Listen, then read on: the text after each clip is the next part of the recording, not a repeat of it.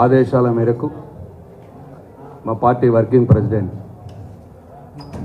అన్ని పార్లమెంటు నియోజకవర్గ స్థాయి ముఖ్య కార్యకర్తల సమీక్షా సమావేశాలు నిర్వహించడంలో భాగంగా ఈరోజు నిజామాబాద్ పార్లమెంట్ నియోజకవర్గ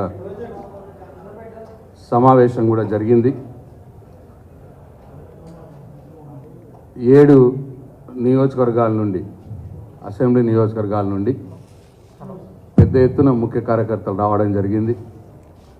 వారితో అన్ని విషయాలు కూడా మనసు విప్పి మాట్లాడుకున్నాం. నిజంగా కూడా ఎన్నికల్లో ప్రభుత్వం రాలేదు అని బాధలో మేముండి వాళ్ళు కూడా అదే బాధపడుతున్నారేమో అని అనుకున్నాం. కానీ మా కార్యకర్తలే మాకు ధైర్యాన్ని ఇచ్చినారు. మా నాయకులే, మండల గ్రామస్థాయి నాయకులే మాకు ధైర్యాన్ని ఇచ్చినారు.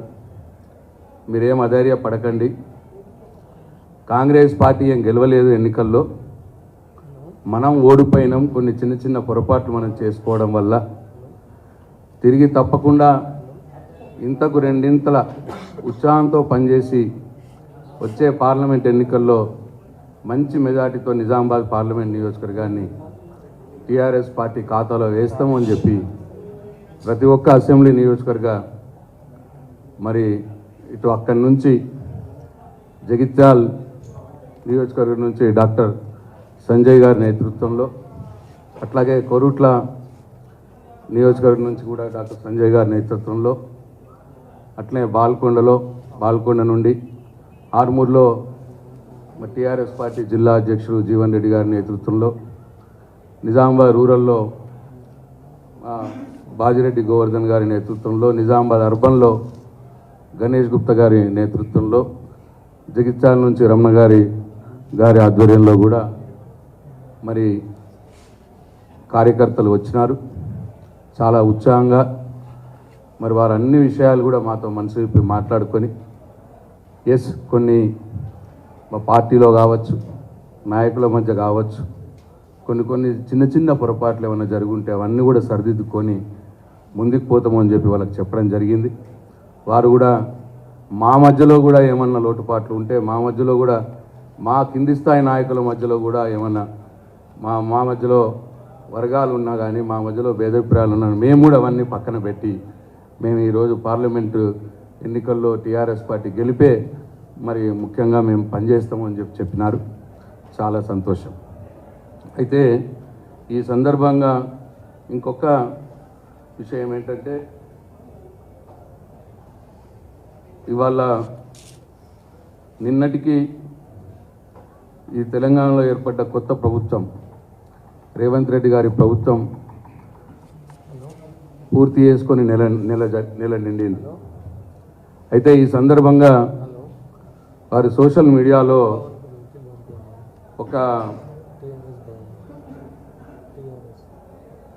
రేవంత్ రెడ్డి గారు వారి వాల్ పైన ఒకటి రాసినారు. ఈ నెల రోజులు మా ప్రభుత్వం చాలా బ్రహ్మాండంగా చేసింది, నాకు చాలా తృప్తిగా ఉన్నది అన్న రీతిలో వారు మాట్లాడడం జరిగింది. అయితే వారు మాట్లాడుతూ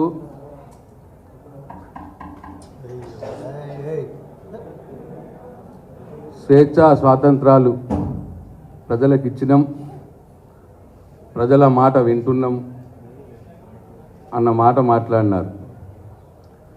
చెప్పండి అది. అయితే నేను అడుగుతా ఉన్నా ముఖ్యమంత్రి గారిని, రేవంత్ రెడ్డి గారిని,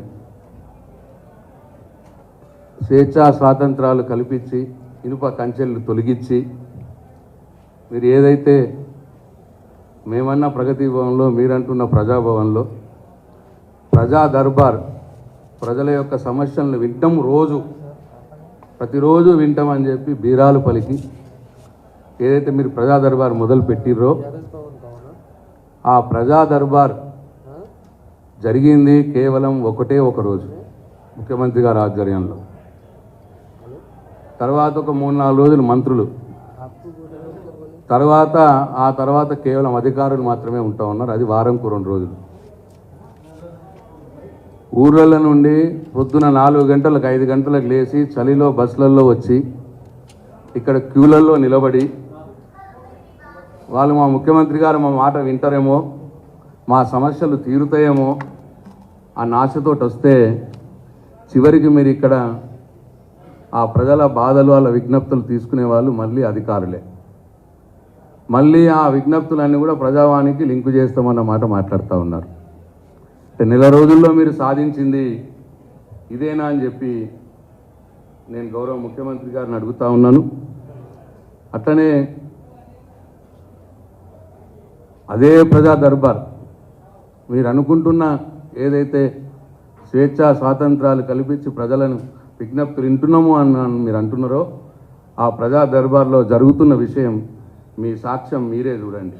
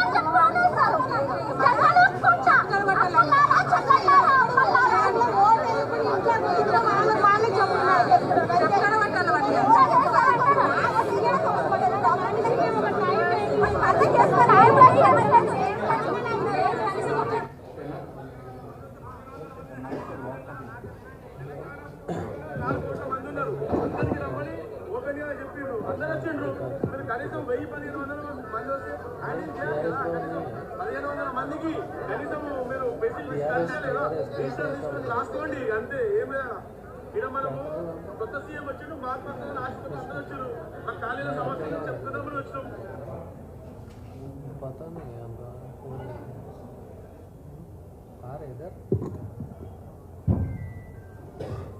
అట్లనే ఇది మీరు ప్రజా దర్బారు పేరు మీద నెల రోజుల్లో సాధించినటువంటి ఘనత. అట్లనే నేను ఇవాళ అడుగుతూ ఉన్నాను గౌరవ ముఖ్యమంత్రి గారిని, మీకు శ్వేతపత్రాలు విడుదల చేయడం చాలా ఇష్టం కదా, చాలా ఇంట్రెస్ట్ కదా. నేను డిమాండ్ చేస్తూ ఉన్నాను ఈ ప్రభుత్వాన్ని, ఈ గౌరవ ముఖ్యమంత్రి గారిని, మీరు ఇన్ని రోజులు ఈ నెల రోజులు జరిపినటువంటి ప్రజా దర్బార్లో విజ్ఞప్తులు స్వీకరించి ఎంతమంది సామాన్య ప్రజలకు మీరు న్యాయం చేసిండ్రు, ఏం న్యాయం చేసిండ్రు, ఒక శ్వేతపత్రం విడుదల చేయాలని నేను కోరుతా ఉన్నా. నిజంగానే మీ వల్ల, మీ ప్రజా దర్బార్ వల్ల, మీ డ్రామా ప్రజా దర్బార్ కాదు, డ్రామా దర్బార్ అది, దానివల్ల ఎవరికైనా సామాన్య ప్రజలకు న్యాయం జరుగుంటే శ్వేతపత్రం విడుదల చేయాలని నేను డిమాండ్ చేస్తూ ఉన్నా. అట్లనే ఈ నెల రోజుల్లో మీరు ఇంకో కార్యక్రమం పెట్టింది, మీరు అంటున్నారు ఇగో ఇది ఆయన ఫేస్బుక్ వాళ్ళలో వచ్చినది, సేవకులమే తప్ప పాలకులం కాదన్న మాట నిలబెట్టుకుంటూ పాలనను ప్రజలకు చేరువ చేస్తూ పాలనను ప్రజలకు చేరువ చేశారట ప్రజాపాలన ద్వారా. ఇవాళ ప్రజాపాలన అని పెట్టి మీరు ఇచ్చిన హామీలని మీరు అమలు చేయకపోగా, అమలు చేయడానికి అవకాశం ఉన్నా ఎందరు ఇల్లు లేని వారు ఉన్నారు, ఎందరు ఇల్లు జాగా లేని వారు ఉన్నారు, పెన్షన్లు 2000 ఎవరికి వస్తున్నాయి, రైతు బంధు 10,000 ఎవరికి వస్తున్నాయి, అదంతా డేటా మీ దగ్గర ఉన్నది, గవర్నమెంట్ దగ్గర. ఆ అవకాశం ఉన్నా మీరు హామీలు అమలు పలచలేక దాన్ని కాలయాపన చేయటానికి ఒక ప్రజాపాలన అని ఒకని పెట్టి ఇవాళ ప్రజలందరినీ కూడా రోడ్ల మీదకి తెచ్చినారు. మీరు అవసరం లేదు, అప్లికేషన్ తీసుకునాల్సిన అవసరం లేదు, చాలా మీ హామీలకు ఆల్రెడీ ఉన్నాయే, దాన్ని పెంచుతాము అని చెప్పినారు. ఆ డేటా మీ దగ్గర ఉన్నది. డైరెక్ట్గా పెంచితే సరిపోతుంది. 10,000 రైతు బంధు, 15,000 రూపాయలు రైతు భరోసా చేయొచ్చు, 2,000 పెన్షన్, 4,000 రూపాయలు పెన్షన్ చేయొచ్చు. ఇల్లు లేని వారు ఎవరున్నారో ఆల్రెడీ ఉన్నాయి మన దగ్గర, అన్ని ఎంఆర్ఓ ఆఫీస్లో మొత్తం గవర్నమెంట్ దగ్గర ఉంది. జాగాలు లేని వారి వివరాలు కూడా ఉన్నాయి. ఇవన్నీ కూడా మీరు చేయొచ్చు. కానీ అట్లా చేయకుండా కాలయాపన చేయటానికి ప్రజల్ని మీరు బలి పశువులుగా చేసినారు. ఇక మీ ప్రజాపాలన వల్ల జరుగుతున్న ఇబ్బంది ఒక్కసారి చూడండి.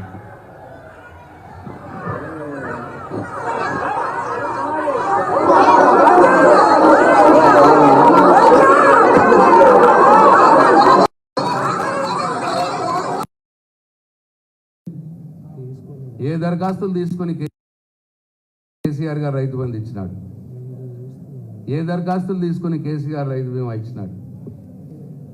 ఇట్లా దరఖాస్తులు అవసరం లేని వాటికి కూడా మీరు దరఖాస్తులు తీసుకొని కాలయాపన చేయడానికి ప్రజల్ని వాళ్ళ రోడ్ల మీద తెచ్చినారు.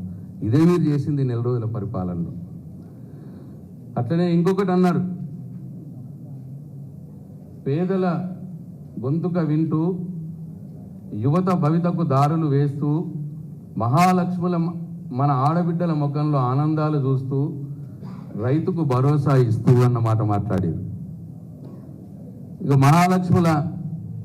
మహాలక్ష్మి ఉంది, దాంట్లో 3 అంటే మొత్తం 420 హామీలో ఇవాళ మీరు అమలు చేస్తున్నది ఒక మహాలక్ష్మి ఒకటే. మహాలక్ష్మిలో ఫ్రీ బస్సు ఒకటి, మహాలక్ష్మిలో ఆడవాళ్ళకు ఫ్రీ బస్సు ఉంది, 2,500 మహిళలకు పెన్షన్ ఉంది, అట్లనే 4,000 రూపాయల పెన్షన్ ఉంది.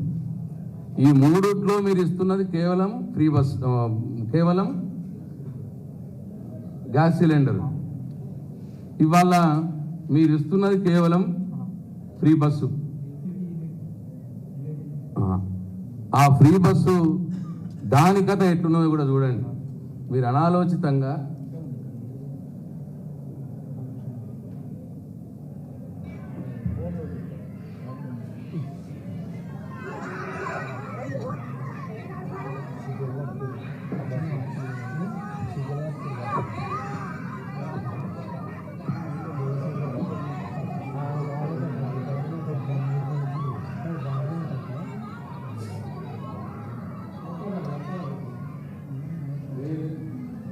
మీరు అమలు చేస్తున్న ఈ ఫ్రీ బస్సు పథకం పాపం మహిళలు బస్సులలో మీరు తక్కువ బస్సులు పెట్టడం మూలంగా సీట్ల కోసం కొట్టుకోవడం, కిటికీలకి వెళ్ళి మహిళలు పోవడం, మగవారికి అసలు బస్సు ఎక్కే ఛాన్సే రాకపోవడం, ఇంత ప్రజలు ఇబ్బంది పెడతా ఉన్నారు. మీరు అమలు చేస్తున్న ఒకటే ఒక పథకం మీరు.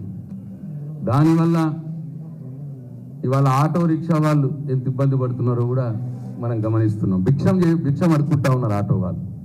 నేను ఈ సందర్భంగా రేవంత్ రెడ్డి గారిని, ముఖ్యమంత్రి గారిని, ప్రభుత్వాన్ని డిమాండ్ చేస్తా ఉన్నా, ఆటో రిక్షా వాళ్ళకి నెలకు 15,000 రూపాయల ఆదాయం వచ్చే విధంగా మీరు ఏదైనా ఒక ఆలోచన చేయాలి.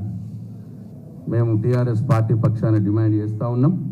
ఇక మీరు ఇది ఇంకొక పథకం, ఈ 4 రోజుల్లో మీరు సాధించిన ఘనత. ఆడవాళ్ళు బస్సులలో సీట్ల కోసం కొట్టుకోవడం, ఇబ్బంది పడడం మీరు పెట్టినటువంటి పథకం వల్ల. అట్లనే మీరు రైతులు అన్నారు,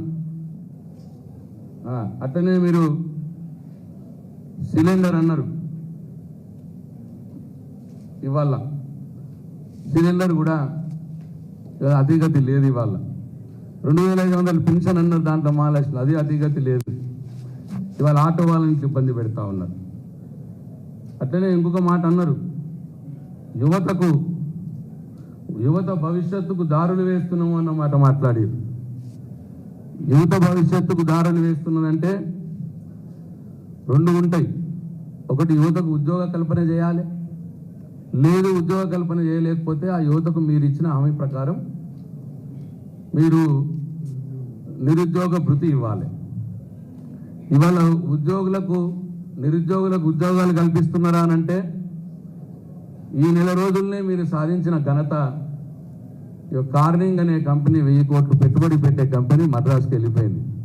ఈ 4 రోజుల్లో మీరు సాధించిన ఘనత. అట్లనే ప్రపంచ ప్రఖ్యాతి గాంచినటువంటి ఫార్ములా రేస్ ఇది కూడా ఇవాళ రద్దయిపోయింది. దీనివల్ల తెలంగాణకు ఒక ఇమేజ్ వస్తుంది, ఆ ఇమేజ్ వల్ల కంపెనీలు వస్తాయి, ఆ కంపెనీలు రావడం మూలంగా నిరుద్యోగులకు ఉద్యోగం వస్తుంది. ఇవాళ అది కూడా మీరు నిలుపుకోలేకపోయినారు. ఈ నెల రోజుల్లో ఉద్యోగ కల్పన చేయలేకపోయినారు. ఉన్న ఉద్యోగ కల్పననే మీరు నిలుపుకోలేకపోయినారు. మళ్ళీ అట్లనే ఇవాళ నిరుద్యోగ వృత్తి అంటే ఇవాళ మరీ యూటర్న్ తీసుకుంటున్నారు.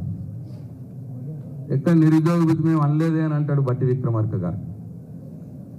మరి దానికి ముఖ్యమంత్రి గారు కూడా రేవంత్ రెడ్డి గారు దానికి సమాధానం లేదు. ఇవాళ నిరుద్యోగ వృత్తి సాక్షాత్తు ముఖ్యమంత్రి గారు ఆ రోజు వాళ్ళు ఉన్నప్పుడు ప్రియాంక గాంధీ గారు చెప్పినారు, ముఖ్యమంత్రి గారు చెప్పినారు. వాళ్ళ హామీలో మేము చెప్తున్న 420 హామీలో కూడా వాళ్ళది ఉన్నది. ఇవాళ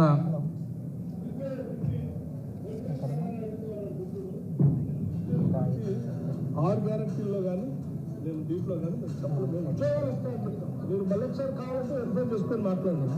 కాంగ్రెస్ పార్టీ ఫస్ట్ డిక్లరేషన్ ఉద్యోగాల కోసం ప్రయత్నం చేసి ఉద్యోగ ఉపాధి దొరకక నిరాశ చెందుతున్న నిరుద్యోగ యువకులకు ప్రతి నెల 4,000 రూపాయల నిరుద్యోగ వృత్తిని ఇచ్చి నిరుద్యోగ యువకులను కాంగ్రెస్ పార్టీ ఆదుకుంటుంది. ఏం సమాధానం చెప్తారు ముఖ్యమంత్రి గారు దీనికి? ఉప ముఖ్యమంత్రి గారు ఏం సమాధానం చెప్తారు? ముఖ్యమంత్రి గారు ఏం సమాధానం చెప్తారు? అసెంబ్లీ సాక్షిగా వారు ఇచ్చినటువంటి హామీని, నిరుద్యోగ యువతకు 4,000 రూపాయల వృత్తి ఇస్తామన్న హామీని ఈ నెల రోజుల లోపలనే మాట తప్పినారు. ఇంకా పోను ఎన్ని హామీలు మాట తప్పుతారో ఇవాళ నిరుద్యోగ యువత కూడా గమనించాలని చెప్పి నేను కోరుతా ఉన్నా. ఇంతకు నిరుద్యోగ వృత్తి ఉన్నట్ట లేనట్ట దయచేసి గౌరవ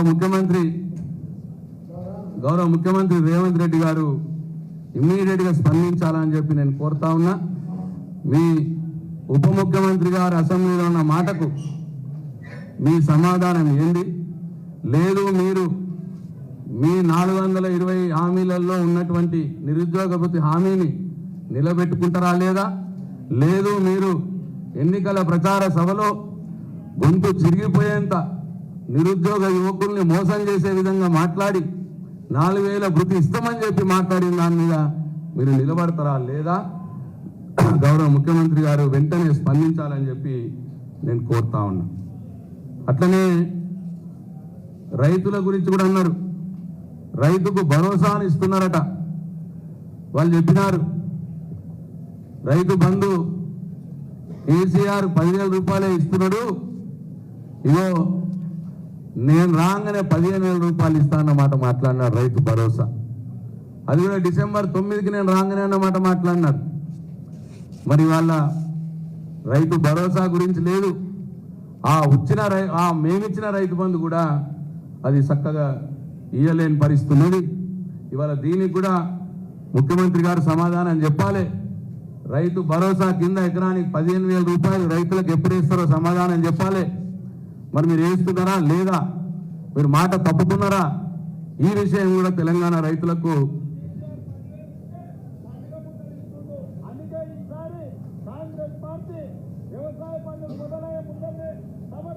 ప్రతి రైతుకు ఎకరాకు 15,000 రూపాయలు రైతు భరోసా పథకం కింద ప్రతి రైతును ఆదుకునే బాధ్యత కాంగ్రెస్ పార్టీ తీసుకుంటుంది.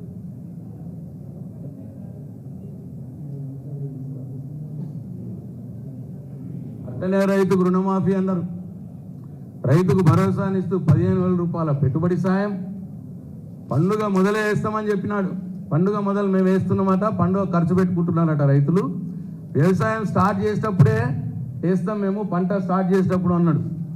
మరి వాళ్ళ ఈ రాష్ట్రంలో తుకాలు పడుతున్నాయా? నాట్లు వేస్తున్నారా లేదా? మరి వాళ్ళ ఈ సీజన్లో పంటలు స్టార్ట్ అయినాయా లేవా? మరి దయచేసి గౌరవ ముఖ్యమంత్రి గారు గమనించాలి. మరి అక్కడ రైతులు ఎదురు చూస్తూ ఉన్నారు. ఎప్పుడెప్పుడు మాకు వస్తుందా రైతు భరోసా 15,000 రూపాయలు ఎప్పుడు వస్తుందా అని ఎదురు చూస్తూ ఉన్నారు. ఇప్పటికి 1 ఎకరం లోపల మట్టికే వచ్చినాయి. అసలు ఎంతమందికి వచ్చినాయి? ఎంత ఇచ్చిర్రు?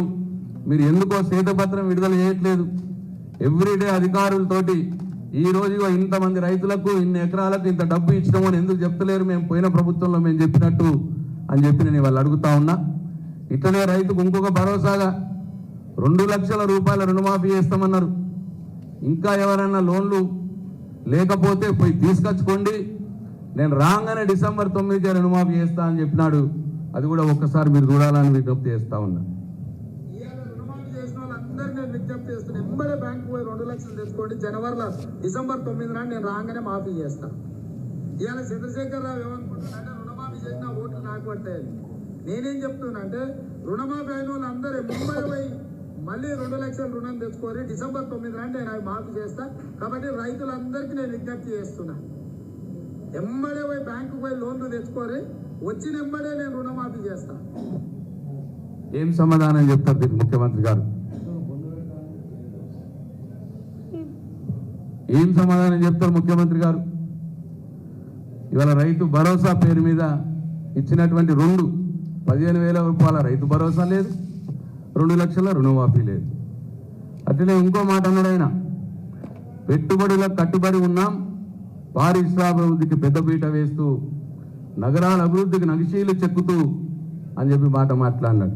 మీరు ఇంతకుముందే చూసినాం, పెట్టుబడులు లేవు, ఉన్నాయి పోతా ఉన్నాయి. నగర అభివృద్ధి అంటున్నాడు. ఇగో ఫార్మా సిటీ, ఇవాళ గౌరవ ముఖ్యమంత్రి కేసీఆర్ గారు, ఇండస్ట్రియల్ మినిస్టర్ కేటీఆర్ గారు లక్షల ఉద్యోగాల కల్పన కోసం ఇవాళ ఫారెన్ ఎక్స్చేంజ్ మనకు ఫార్మా కంపెనీస్ ఇక్కడ వస్తే మరి వాళ్ళు ఎంతో అభివృద్ధి చెందే వీలుండే. ఫార్మా సిటీని అవగాహన రాహిత్యంగా ఒకసారి రద్దు చేస్తామన్నాడు, ఒకసారి ఫార్మా విలేజ్ అన్నాడు, ఇష్టం వచ్చినట్టు మాట్లాడుతూ ఉన్నారు. అంత పెద్ద ఒక కార్యక్రమం ఫార్మా సిటీ, 1000 ఎకరాల్లో 1900 కోట్ల రూపాయలు ఇదివరకే ఖర్చు చేసి ఇన్ఫ్రాస్ట్రక్చర్ డెవలప్ చేసినటువంటి ఫార్మా సిటీని రద్దు చేస్తాను అలవోక గంటాడు. తర్వాత మళ్ళా 2 రోజులకు కాగానే లేదు విలేజ్ చేస్తామంటాడు, ఫార్మా విలేజ్ చేస్తామంటాడు. అంటే ఏమన్నా అర్థం ఉన్నదా ఆయనకు? ఏం మాట్లాడుతున్నాడు? ఇదేనా ఉద్యోగ కల్పన? ఇదేనా హైదరాబాద్ డెవలప్మెంటు? ఇటువంటి అసంబద్ధ నిర్ణయాలు, అనాలోచిత నిర్ణయాలు వల్లనే హైదరాబాద్ డెవలప్ అవుతుందా? ఒక్కసారి ఆలోచన చేయాలని చెప్పి నేను ప్రజల్ని కోరుతా ఉన్నా. అట్లనే ఎయిర్పోర్ట్ మెట్రో పెడితే ఇవాళ ఎయిర్పోర్ట్ మెట్రోని కూడా రద్దు చేస్తామని ఒకసారి, అలైన్మెంట్ మారుస్తామని ఒకసారి, ఇట్లా అన్ని కూడా అనాలోచితంగా ఇవాళ ఆయన మాటలు మాట్లాడుతున్నాడు. కేవలం 1 నెల రోజులైనా ఇంత విధ్వంసం జరిగింది ఇవాళ తెలంగాణలో, హైదరాబాద్లో, కేవలం 1 నెల రోజుల కాలంలోనే. ఒకసారి గమనించాలని చెప్పి నేను ప్రజల్ని కోరుతా ఉన్నా. అట్లనే ఇవాళ మమ్మల్ని అంటా ఉన్నారు, ఎందుకంత మీరు తొందరపడుతున్నారు, మా హామీల గురించి ఎందుకంత తొందరగా మమ్మల్ని అడుగుతున్నారు అని మాట్లాడుతూ ఉన్నారు. మేం తొందర పడట్లేదు, మీరన్న మాటలే. డిసెంబర్ 9కి నేను రాగానే చేస్తా అన్న మాటలనే నేను ఇవాళ వీడియోలు వినిపించి చూపించిన. అవిటినే మేము అడుగుతా ఉన్నాం, అవిటినే మీకు గుర్తు చేస్తూ ఉన్నాం. ప్రజల పక్షాన ప్రజలకు మీరు మాట ఇచ్చినారు కాబట్టి మీరు మర్చిపోతారేమో అని చెప్పి, మేము ఊరికే మాటల్లో చెప్తే మీకు గుర్తుకు రాదేమో అని చెప్పి మీరు ఈ వీడియోలలో ఇవాళ చూపించడం జరిగింది. మీరే అన్న మాట, డిసెంబర్ 9లో నేను రాగానే అన్న మాట మీరే ప్రతి వీడియోలో మాట్లాడినారు. కాబట్టి అది మీకు గుర్తు చేస్తున్నాం. మేమేమంతా అక్కసుతో లేం మేము, కానీ ప్రజలకు మీరు మాట ఇచ్చారు కాబట్టి మీరే డిసెంబర్ 9 అన్నారు. కాబట్టి ఇవాళ డిసెంబర్ 9 పోయింది, ఇవాళ జనవరి 9 వచ్చింది, నెల రోజులైంది. కాబట్టి ఇవాళ నెల రోజులు వెయిట్ చేసినాం, నెల రోజులు వెయిట్ చేసి ఇవాళ మిమ్మల్ని అడుగుతా ఉన్నామని చెప్పి మీకు మనవి చేస్తూ ఉన్నా. అయినా ఈ నెల రోజుల్లో మీరు చేసింది ఏంది? ప్రచార ఆర్భాటం. నేను ఇంతకుముందు చెప్పిన 420 హామీలు మీరు ఇచ్చినాయి, దాంట్లో ఒకటే ఒక హామీ, ఫ్రీ బస్ హామీ ఒకటి అమలు చేస్తూ ఉన్నారు మీరు. ఆరోగ్యశ్రీ అంతకంటే మొదలు మేము పెట్టినాం, 10 లక్షల రూపాయల కంటే ఎక్కువ మేము ఇచ్చినాం ఆల్రెడీ. అదే మా పాత ప్రభుత్వంలోనే 10 లక్షల కంటే ఎక్కువ ఇచ్చినాం ఆరోగ్యశ్రీలో. అంటే మీరు టెక్నికల్గా 420 హామీల్లో ఒకటే ఒక హామీ మీరు అమలు చేస్తూ ఉన్నారు, అది ఫ్రీ బస్ హామీ. ఆ ఫ్రీ బస్ హామీలో ఎంత తతంగం ఉందో మీరు వీడియోలలో చూసినారు. ఇక దానికోసం ఈ నెల రోజుల్లో మీరు చేసింది ప్రచార ఆర్భాటం. దానికోసం ఇగో అన్ని ఫ్రంట్ పేపర్లలో ఆ ఒక్క ఫ్రీ బస్సు హామీ అమలు చేసింది.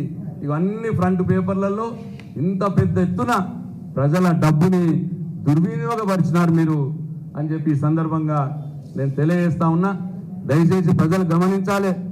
ఫ్రీ బస్సు హామీ ఒకటే ఒకటి అమలు చేస్తూ ఇగో ఇంత పెద్ద ఎత్తున ప్రజల డబ్బును దుర్వినియోగం చేసినారు. వీటికైనా ఖర్చు ఆ ఫ్రీ బస్సు ఇవ్వడానికంటే తక్కువనే అవుతుందేమో, ఫ్రీ బస్సుకే తక్కువ అవుతుందేమో. ఇగో వీళ్ళు ప్రచార ఆర్భాటాలు అడ్వర్టైజ్మెంట్లకు ఇచ్చిందే ఎక్కువ అవుతుందేమో అని నాకు డౌట్ ఉంది. కాబట్టి అట్లనే ప్రజల్ని ఈ నెల రోజుల్లో మీరు సాధించింది, మీరు మార్పు తెచ్చింది ప్రజల్ని రోడ్ల మీద తేవడం, ప్రచార ఆర్భాటాలపై ప్రజల డబ్బును వృధా చేయడం, అట్లనే ప్రతిదానికి గత ప్రభుత్వాన్ని, గత ముఖ్యమంత్రిని, గత మంత్రుల్ని బురద చల్లడం, వాళ్ళ మీద బురద చల్లడం, ఎంక్వైరీలు అనుకుంటూ కాలయాపన చేయడం, ఇద్దప్పిస్తే మీరు నెల రోజులు చేసిందేమీ లేదు. అట్లనే ఇంకొక మేమేదైతే గత ప్రభుత్వ హయాంలో దళితుల కోసం దళిత బంధు తీసుకొచ్చినాం, అట్లనే బీసీల కోసం బీసీ బంధు తీసుకొచ్చినాం, అట్లనే గొర్రెల పెంపకదారులకు గొర్రెలు ఇచ్చినాం, ఇట్లా పేదవారి గృహలక్ష్మి ఇచ్చినాం, ఇల్లు కట్టుకోవడానికి 3 లక్షల రూపాయలు. అట్లా ఇటు అనేక పేదల కోసం మేము మంజూరు చేసినటువంటి పథకాల్ని మొత్తం రద్దు చేసారు. మీ నెలల మీరు చేసిందేమి లేదు, కొత్తగా ఒక్కటి ఇచ్చింది లేదు. మేము ఇచ్చినవన్నీ రద్దు చేయడం, పేపర్ అడ్వర్టైజ్మెంట్ ఇచ్చి ప్రజల డబ్బును వృధా చేయడం, ప్రజల్ని అనవసరంగా రోడ్ల మీదకి తేవడం, ఇవి తప్ప ఇంకోటి మీరు చేయలేదు. అట్లనే ఇంకోటి రద్దు చేస్తారట, కొత్త జిల్లాల ఏర్పాటును కూడా రద్దు చేస్తారట. కొత్త జిల్లాలు కూడా అవసరం లేదు అని ఒక ముఖ్యమంత్రి ఒక టీవీ ఛానల్ దగ్గర ఆయన మాట్లాడుతూ ఉన్నాడు. ఇంత మెయిన్ పాలసీ మ్యాటర్ అది, ఇంత ముఖ్యమైన విషయం అది. ఒక టీవీ ఛానల్లో టీవీ డిబేట్లో పోయి మాట్లాడే మాటన ఒకసారి ప్రజలు గమనించాలని చెప్పి నేను కోరుతా ఉన్నా.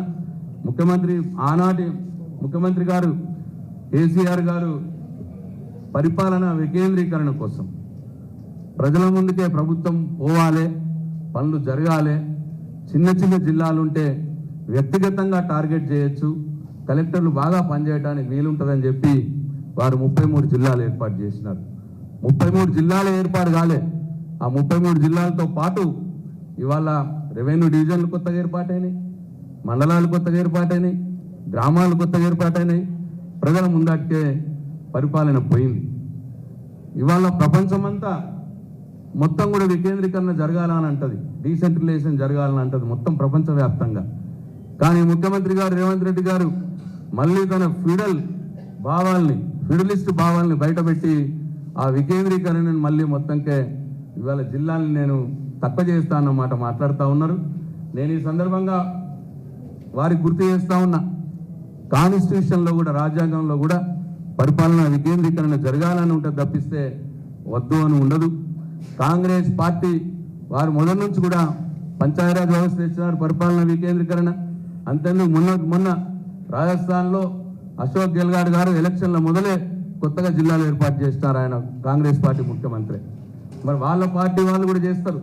మరి నేనేమో ఇవాళ కేసీఆర్ గారు ఏది చేస్తే అది రద్దు చేయడమే ఆయన పని, అదే మెయిన్గా పెట్టుకున్నారు తప్పిస్తే వేరే లేదు. ముఖ్యమంత్రి గారు జిల్లాలు ఏర్పాటు చేసేటప్పుడు అఖిలపక్ష సమావేశాలు ఏర్పాటు చేసినారు, ప్రజాభిప్రాయ సేకరణ జరిపినారు, మరి వాళ్ళన్నీ కూడా జరిగినాయి. కొత్త జిల్లాలు ఏర్పడితే ఆ డిస్ట్రిక్ట్ హెడ్ క్వార్టర్ ఒక ఎకనామిక్ గ్రోత్ సెంటర్గా మారినాయి, ఆ రెవెన్యూ డివిజన్ ఒక ఎకనామిక్ గ్రోత్ సెంటర్గా మారినాయి ఆల్రెడీ. ఇవాళ మొత్తం సెటిల్ అయినాయి జిల్లా హెడ్ క్వార్టర్లు అన్నీ కూడా, జిల్లాలు కూడా సెటిల్ అయినాయి, జిల్లా హెడ్ క్వార్టర్లు సెటిల్ అయినాయి. ఈ సందర్భంలో ఇవాళ తేనె దుట్టను కదిలించినట్టు కేవలం కేసీఆర్ గారి మీద ఒక అక్కస్తో కేసీఆర్ ఏది చేస్తే అది రద్దు చేయాలి అని ఒక మెయిన్ పాలసీ ఒకటి పెట్టుకొని ఆయన పరిపాలన చేస్తున్నట్టే కనిపిస్తా ఉన్నది నెల రోజులుగా. మరి ఇవాళ ఒక జిల్లా ఏర్పడితే సెంట్రల్ గవర్నమెంట్ నుంచి కూడా వచ్చే డబ్బులు జిల్లా నంబర్ వైజ్గా వస్తాయి. ప్రతి జిల్లా నవోదయ కళాశాల కావచ్చు, సెంట్రల్ స్కీమ్స్ కావచ్చు, జిల్లాల వారీగా వాళ్ళు ఇస్తారు. అట్లా కూడా మనకి ఎక్కువ డబ్బులు వస్తాయి. అనేక రకాలుగా ఆలోచించే ముఖ్యమంత్రి గారు కొత్త జిల్లాలు ఏర్పాటు చేసినారు. ఇంకో ముఖ్య విషయం, ఈ కొత్త జిల్లాలు ఇవాళ జోనల్ వ్యవస్థ వచ్చింది మనకి. సపోజ్ జిల్లాల పునర్విజన్ మళ్ళీ మీరు మార్చాలనుకుంటే ఈ జోనల్ వ్యవస్థను కూడా మార్చాల్సి వస్తుంది. రేపు పొద్దున పబ్లిక్ కమిషన్లో ఉద్యోగాలు రావాలంటే ఈ జోనల్ వ్యవస్థ మార్చిన దాకా ఉద్యోగాలు ఇవ్వడానికి వీల్లేదు. అంటే అప్పటిదాకా మళ్ళీ నిరుద్యోగ యువకులు వెయిట్ చేయాల్సి వస్తుంది. ఇట్లా ఎన్నో కాంప్లికేషన్స్. అంటే పూర్తి అవగాహన రాహిత్యం. అంటే మీకు ఏమీ అవగాహన లేదు, సబ్జెక్ట్ మీద నాలెడ్జ్ లేదు. ఏది పడుతుంది నెల రోజుల్లో మాజీ ముఖ్యమంత్రి కేసీఆర్ గారు చేసిన అన్ని కూడా రద్దు చేసుకుంటా పోవడమే ఒకటే పనిగా పెట్టుకొని ముందుకు పోతా ఉన్నారు మీరు. ఈ నెల రోజుల్లో అంతకు తప్పించి మీరు చేసిందేం లేదు. ఈ నెల రోజుల కాలంలో మీరు చేసింది రద్దులు, వాగ్దానాలు, వాయిదాలు తప్పిస్తే ఈ నెల రోజుల్లో మీరు ఏం చేయలేదు. ఇంకా కొద్దిగా యాడ్ చేయాలనుకుంటే ఢిల్లీ పర్యటనలు కూడా కొన్ని యాడ్ అయినాయి. ఈ నెల రోజుల్లో ఇంతకు తప్పించి రద్దులు, వాగ్దానాలు, వాయిదాలు, ఢిల్లీ పర్యటనలు ఇది తప్పిస్తే మీరు ఏం చేయలేదని చెప్పి గౌరవ ముఖ్యమంత్రి గారికి నేను చెప్తా ఉన్నా. దయచేసి ప్రజలందరూ కూడా ఇది గమనించాలని చెప్తా ఉన్నా. ఎందుకంటే మాకేం తొందర లేదు. కానీ మీ ఇచ్చి ముఖ్యమంత్రి గారు అనేక సభల్లో నేను డిసెంబర్ 9 నాడు వస్తున్నాను, రాగానే మీకు అన్ని చేస్తాను అన్న మాట మాట్లాడినాడు. కాబట్టి మేము ప్రతిపక్షంలో, బాధ్యత గల ప్రతిపక్షంలో ఉన్నాం. కాబట్టి మేము మీరు అన్న మాటల్ని ప్రజల కోణంలో నుండి మీకు గుర్తు చేయాల్సిన బాధ్యత మా మీద ఉంటుంది. కాబట్టి మాటలతో చెప్తే మీకు గుర్తుకు రాదేమో అని వీడియోలు ప్రదర్శిస్తున్నా కానీ మీకు గుర్తుకుంటుందేమో అని చెప్పి ఇవాళ ఆ ప్రయత్నం చేసినాం ప్రజల పక్షాన. అంతే తప్పిస్తే మీకు మీ మీద మాకేం అక్కసు లేదు, మాకేం తొందర లేదు. ప్రజలకు బాగు జరగాలనే మా కోరిక. అదే మేము గుర్తు చేస్తున్నామని చెప్పి మనం చేస్తా ఉంటాం.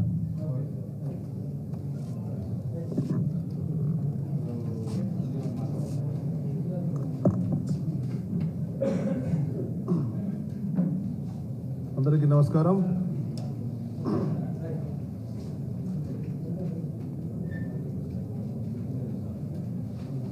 తెలంగాణ భవన్లో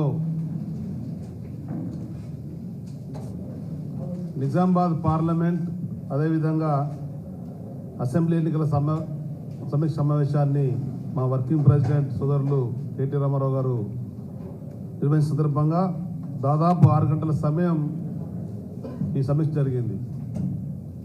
6 గంటల సమయంలో మా పార్టీ నాయకులు అదేవిధంగా పార్టీ శ్రేణులు వారందరూ కూడా కోరినటువంటిది తెలంగాణ ఉద్యమ సమయంలో పెద్దలు కేసీఆర్ గారితో పాటు నాయకులందరూ ఉద్యమకారులతో కలిసిపోయిన అనుభవం ఉన్నది. కానీ ప్రభుత్వ పరిపాలన సమయంలో అనుకున్న విధంగా పార్టీకి సమయం ఇవ్వలేనటువంటి భావన వచ్చినప్పుడు తెలంగాణ రాష్ట్రం ఏర్పడ్డ తొలినాళ్లలో అన్ని విధాలుగా ఇబ్బందులలో ఉన్నాము. తెలంగాణ సమగ్ర అభివృద్ధి కొరకు నిరంతరం పాటుపడాలనేటువంటి ఆలోచనతోని భారతదేశంలోనే 2-3 రాష్ట్రాలు ఎదిగిన రాష్ట్రాల్లో ఉండే విధంగా సమయం ఇవ్వడంతో అనుకున్న విధంగా ప్రజలలో ప్రభుత్వ పరిపాలన తీసుకెళ్ళినా కానీ పార్టీకి మాత్రం సమయం కొంత ఇవ్వలేనటువంటి మాట వారు ఒప్పుకోవడం జరిగింది. రాబోయే కాలంలో అత్యంత ప్రాధాన్యంగా పార్టీ శ్రేణులకు నాయకత్వానికి తెలంగాణ భవన్లో అందుబాటులో పెద్దలు కేసీఆర్ సహా అందరం ఉంటామనేటువంటి మాట కూడా ఇవ్వడం మా పార్టీ శ్రేణులలో ఎంతో మననిబ్బరాన్ని నింపినట్టుగా తెలియజేస్తూ పార్టీ పరిషత్ చర్యలు చేపట్టడంతో పాటు ఉద్యమ నేపథ్యం ఉన్నటువంటి పార్టీ శ్రేణులందరూ చెప్పినట్టు అత్యంత ప్రాధాన్యాంశం పిరికడు మదితో ప్రారంభించినటువంటి టీఆర్ఎస్ పార్టీ తెలంగాణ సాధనల అగ్రభాగాలు ఉన్నాం. ఇవాళ మనం ప్రతిపక్షంతో మాత్రాన ఎటువంటి అదురుబెదురు లేకుండా పోరాట ఉద్యమ చరిత్రటువంటి పార్టీగా మనం కథన రంగంలో ఉందామని చెప్పని ప్రజాక్షేత్రంలో ఉండి ప్రజల పక్షాన ఉందామనేటువంటి మాటకు అనుగుణంగా వారు చెప్పినప్పుడు చాలా గర్వం అనిపించింది మా అందరికి కూడా. అది ఈ ప్రభుత్వం ఇచ్చినటువంటి హామీలు వాళ్ళు నెరవేర్చేటువంటి క్రమంలో చెప్పినటువంటి సమయానికి అనుగుణంగా వారు నెరవేరుస్తుంటే మాత్రం మేమందరూ అప్రిషియేట్ చేయాలని చెప్పని, ఒకవేళ నెరవేర్చినప్పుడు ప్రజల పక్షాన్ని నిలదీయాలనేటువంటి కార్యక్రమానికి ఇవాళ మేము నిర్వహించడం జరిగింది. దీనికి తోడుగా ఈరోజు రాష్ట్ర ప్రభుత్వం పదే చెప్తున్నటువంటిది 6th గ్యారెంటీస్ అని చెప్పని. వాస్తవంగా వాళ్ళు ఇచ్చింది 19 రాష్ట్ర ప్రభుత్వ విభాగాలలో ఇతర సమస్యలతో పాటు లెక్క తీస్తే 420 హామీలు ఇవ్వడం జరిగింది. 400 ఇచ్చినటువంటి హామీలన్నీ ప్రజలు నమ్మిరు కనుక వీటిని అమలు చేసే బాధ్యత కాంగ్రెస్ ప్రభుత్వం మీద ఉంది. కాంగ్రెస్ పార్టీ కళ్ళబొల్లి కబుర్లు చెప్పి మేము 6 గ్యారెంటీలు అని చెప్పని మభ్య పెట్టి మసిపూసే కరడుకరంగా చేస్తుంది కనుక ఎట్టి పరిస్థితుల్లో 420 హామీలను అమలు చేసేటువంటి బాధ్యత ప్రభుత్వం తీసుకోవాల్సిందే. ఆ ప్రభుత్వం తీసుకునేంత వరకు పార్టీ పక్షాన నిలదీయాలనేటువంటి మాట కూడా మాటలు జరిగింది. ఉదాహరణ ఒకనాడు పెద్దలు కేసీఆర్ ఒక మాట చెప్పడం జరిగింది. కాంగ్రెస్ పార్టీ వేలంలో ఏ విధంగా అయితే ఒక వస్తువును కొంటామో ప్రభుత్వ పరిపాలన పగ్గాలు చేపడాలి చూస్తున్నాయని చెప్పని అది స్పష్టంగా ఇవాళ కనబడుతున్నది. వాళ్ళ అధికారంలోకి వచ్చిన తర్వాత ఈ నెల రోజులలో కేవలం నెల రోజులలో 5 సార్లు ముఖ్యమంత్రి ఢిల్లీకి వెళ్ళిండు అని చెప్పంటే ఎంత బలహీన ముఖ్యమంత్రి మనకి ఇవాళ అర్థమవుతున్నది. కేంద్ర ప్రభుత్వం దగ్గరికి వెళ్ళినటువంటి ముఖ్యమంత్రి తొలి ప్రయత్నంగా ఏదైతే పాలమూరు ఎత్తిపోతల పథకం ఉందో దానికి సంబంధించింది జాతీయ ప్రైవేట్ హోదా ఇస్తామని చెప్పినటువంటి మాట ప్రజలలో అనేక సజ్జపరిగింది. మొట్టమొదటి సమావేశంలోనే కేంద్ర ప్రభుత్వం ఇవ్వని చెప్పంటే నోరెళ్ళబెట్ట పరిస్థితి వచ్చింది. కానీ కేంద్ర ప్రభుత్వం నిర్ణయానికి అవసరమైతే అఖిలపక్షం ఏర్పాటు చేయండి, అన్ని పార్టీలు పిలవండి, అన్ని పార్టీల సహకారం తీసుకోండి. కేంద్ర ప్రభుత్వం దగ్గర మన తెలంగాణ గలవిప్పే విధంగా ఉండాలి. కానీ వారు నోళ్ళు పెట్టొచ్చేటువంటి పరిస్థితి అలా కనబడింది. అంటే అనుభవం రాస్తున్నటువంటి ప్రభుత్వంగా స్పష్టంగా ఇవాళ కనబడుతున్నది. ఈ అనుభవం లేని ముఖ్యమంత్రి వాళ్ళ ఈ నమ్ముకున్నటువంటి ప్రజానికానికి అన్యాయం జరగద్దని చెప్పని, ప్రజల పక్షాన ఉండాలని చెప్పని ఇవాళ టీఆర్ఎస్ పార్టీ బీఆర్ఎస్ పార్టీ నిర్ణయించుకున్నది. దానికి అనుగుణంగా ప్రజాక్షేత్రంలో ఉండడానికి మా పార్టీ కార్యకర్తలు కార్యోన్ముఖులవుతున్నారు. రాబోయేటువంటి పార్లమెంట్ ఎన్నికలలో ఏ విధంగా అయితే మనం ఈ ఎన్నికలలో ఇబ్బంది పడ్డామో అటువంటి ఇబ్బందులు రాకుండా నిజామాబాద్ పార్లమెంటు స్థానాన్ని మేమందరం కలిసికట్టుగా ఉండి దాన్ని సాధించి పెద్ద కేసీఆర్ గారికి కానుక ఇవ్వాలని చెప్పేటువంటి నిర్ణయం వచ్చినట్టు సందర్భంగా తెలియజేస్తున్నాం. ధన్యవాదాలు.